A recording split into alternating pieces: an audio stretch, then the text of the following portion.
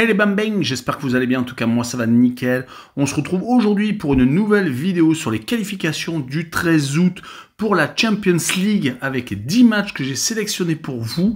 Qui sont les suivants? L'APL Nicosie contre le Slovan Bratislava, Twente contre Salzbourg, Bodo Glimt contre Białystok, le PAOK Salonique contre Malmö, Ludogorets contre Karabag, Ferencváros contre Midtjylland, l'Union Saint-Gilloise contre le Slavia de Prague, le Steaua Bucarest contre le Sparta de Prague, les Glasgow Rangers contre le Dynamo de Kiev, un classique en Coupe d'Europe, et le Fenerbahçe Istanbul contre Lille, le match qui nous intéresse le plus. En tout cas, n'hésitez pas à venir nous rejoindre sur le site VIP, les réseaux sociaux.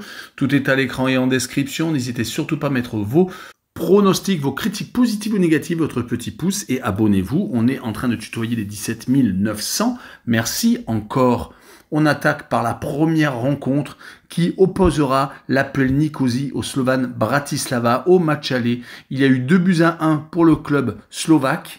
Donc cela a été assez serré, les deux formations sont actuellement en début de championnat, même si l'APL Nicosie ce sera ce week-end, alors que du côté du Slovan Bratislava, ils viennent de gagner leurs deux premières rencontres, donc ils sont dans une grosse dynamique positive. Les 4 derniers matchs sont soldés par 4 victoires, bien entendu au match aller et également lors du tour précédent, car ils étaient passés par un tour préliminaire contre Celje.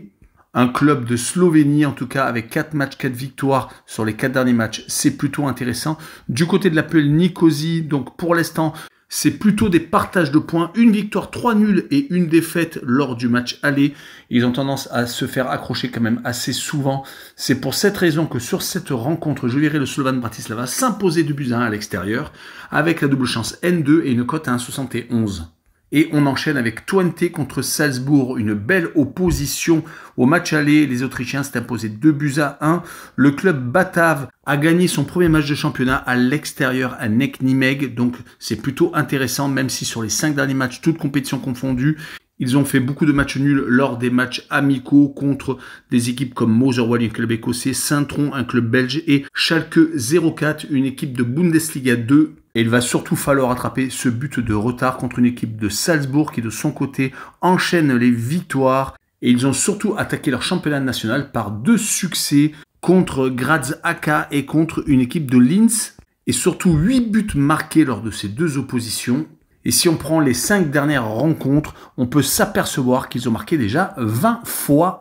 Mais sur cette rencontre, je vois quand même Twente qui n'est pas ridicule, qui est toujours dans le top 4 néerlandais, faire un but partout. Et je vois le away no bet et le match nul remboursé, 6 victoires de Salzbourg à l'extérieur, une cote à 2,07. Et on poursuit avec Bodo Glimt contre Białystok, une équipe de Pologne. Le club norvégien a fait le plus dur peut-être en s'imposant 1-0 lors du déplacement à l'aller. Ils ont réussi à mettre donc ce petit but d'écart. Ils sont sur 3 victoires et 2 matchs nuls, toutes compétitions confondues. Ils sont actuellement en tête de leur championnat. Du côté du club polonais, c'est pas si mal que ça. 3 matchs, 3 victoires d'un championnat qu'ils viennent de commencer. La défaite contre Bodo Glimt a été peut-être un coup d'arrêt. Ils étaient pourtant sur 4 victoires consécutives, toutes compétitions confondues. Ils avaient réussi à éliminer au tour précédent assez facilement un club de Lituanie. Mais sur ce match-là, je verrai quand même Bodo Glimt s'imposer à la maison 3-1 avec Bodo Glimt qui marque le plus de 2 buts sur le match et une cote à 1,75. Et on enchaîne avec le PAOK Salonique contre Malmö. Le club suédois a fait 2 buts partout lors du match aller. Le club grec a réussi à tenir en échec cette équipe suédoise qui était pourtant assez bonne à la maison. Mais sur les 5 derniers matchs, toutes compétitions confondues, Malmö a plutôt du mal. Ils ont sur 2 victoires, 2 défaites et un match nul. Ils viennent tout de même de s'imposer à l'extérieur et ils gardent la première place de leur championnat avec un match en plus. Du côté du PAOK Salonique, le championnat n'a pas encore commencé et il reste sur 3 matchs sans défaite avec 2 victoires et un match nul. Leurs 3 dernières rencontres sont des qualifications pour la Champions League et au tour précédent, ils avaient éliminé une équipe de Bosnie-Herzégovine. Sur cette rencontre, je verrai bien le 2 buts partout avec le plus de 2,5 buts sur le match et une cote à 1,74. Et on enchaîne avec Ludogorets contre Karabag. Le club bulgare s'est imposé 2-1, créant l'exploit au match aller. Karabag a pourtant beaucoup d'expérience européenne. Ces dernières saisons, ils avaient fait quelques bons résultats. Les dynamiques des deux clubs sont pourtant à égalité avec 4 victoires et 1 défaite lors des 5 derniers matchs, toutes compétitions confondues. Ludogorets avait tout de même éliminé au tour précédent de ses qualifications pour la C1 le Dynamo de Minsk, le club biélorusse. Leur seule défaite a été lors du match retour, mais ils avaient fait la différence au match aller. Du côté de Karabagh, ils avaient éliminé le club de Gibraltar, Lincoln Red Imps. Mais cela n'a pas été la même sauce, donc lors de ce match aller, ils ont tous les deux débuté leur championnat avec tous les deux matchs, 2 victoires, donc c'est vraiment 2 équipes qui sont proches l'une de l'autre. Mais sur ce match-là, je vois Ludogorets s'imposer encore 2-1 avec la qualification du club bulgare, une cote à 1,42.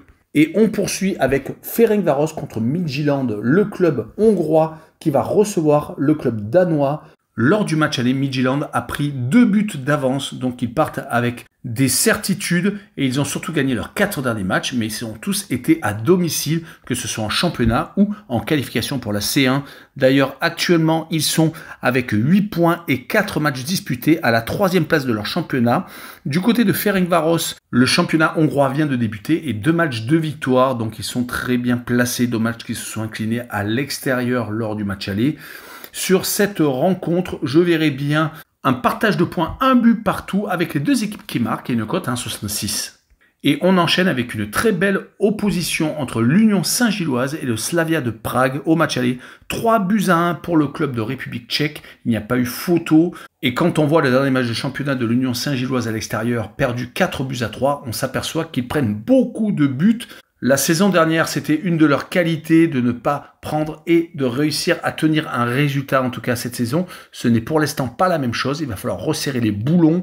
Leur début de championnat est très quelconque avec 1 victoire, 1 nul et 1 défaite en 3 rencontres. Ils sont actuellement 8e. Du côté du Slavia de Prague, c'est un peu différent. 10 points en 4 rencontres. Et sur les 4 dernières rencontres, c'est surtout 4 succès, dont celui donc contre le club belge au match aller.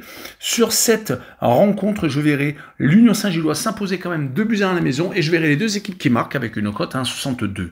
Et on enchaîne avec le Steaua Bucarest contre le Sparta de Prague. Le club roumain a fait match nul, 1 but partout en République tchèque et a réussi donc à garder l'avantage du terrain car ils auront peut-être un peu plus de chances de se qualifier en recevant lors du match retour. Ils ont sur les 3 dernières rencontres fait 2 victoires et un petit match nul. Au tour précédent, ils avaient éliminé le Maccabi Tel Aviv, donc c'était plutôt intéressant. Ils ont que 5 points en 4 rencontres par contre en championnat, ce qui est assez moyen. Du côté du Sparta de Prague, par contre, c'est 4 victoires en 4 rencontres. Donc sur les 5 derniers matchs, toutes compétitions confondues, la dynamique est plutôt positive. 4 victoires et un petit match nul. Et sur cette rencontre au retour, je verrai le Sparta s'imposer 2-1 et se qualifier donc avec le draw no bet et le pari remboursé si match nul et une cote à 1,50. Et on poursuit avec un des grands classiques, les Glasgow Rangers qui reçoivent le Dynamo de Kiev. Les Glasgow Rangers avaient fait match nul lors du match aller sur terrain neutre car le Dynamo de Kiev ne joue plus à domicile avec le conflit russo-ukrainien. Le Dynamo de Kiev est pourtant sur une très bonne dynamique, 3 victoires et un match nul sur les 4 derniers matchs. Le point positif est qu'ils viennent de commencer leur championnat national et ils se sont imposés 2-1 à l'extérieur. Ils vont essayer de continuer sur cette bonne note en Écosse. Du côté des Glasgow Rangers, c'est 4 points en 2 rencontres. Après avoir fait match nul à l'extérieur à Hearts of Midlothian, ils viennent de gagner 2-1 à Motherwell. Mais ils font quand même 3 matchs nuls sur les 4 derniers matchs, toutes compétitions confondues. Donc attention tout de même, mais je les vois quand même s'imposer 2-1 dans un Ibrox Park en folie avec la qualification des Glasgow Rangers et une cote à 1,56. Et on finira avec Fenerbahçe contre Lille. Le club turc s'est incliné 2-1 au match aller. Les Lillois ont réussi à marquer sur la fin de match. Les hommes de José Mourinho sont sans doute déçus. Ils ont également attaqué le championnat il y a peu de temps. Ils sont actuellement avec une victoire en une rencontre. C'était une victoire assez courte à la maison contre Adana Demirspor. Sur les 5 derniers matchs, toutes compétitions confondues, Fenerbahçe a gagné à 4 reprises et n'a perdu que chez le club lillois. Ils avaient au tour précédent éliminé Lugano, le club suisse, mais cela avait été compliqué car ils avaient été à chaque fois menés au score. Du côté lillois, le championnat n'a pas encore repris, ce sera ce week-end. Ils vont se déplacer à Reims.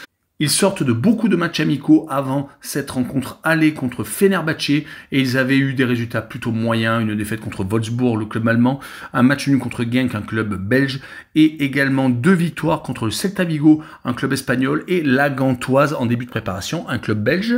En tout cas, ce que l'on peut noter chez le club lillois, c'est qu'il y a eu beaucoup de changements. Euro est parti à Manchester United. Meunier est arrivé en défense. Il y a un changement d'entraîneur. Genesio a remplacé Fonseca. Donc il y a beaucoup de choses à mettre en place, mais je les vois sur cette rencontre s'incliner 2-1 avec le Fener qui marque le plus de 1,5 buts sur le match et une cote à 1,78. Voilà, on en a fini avec cette vidéo. N'hésitez pas à venir nous rejoindre. Ciao les bambins!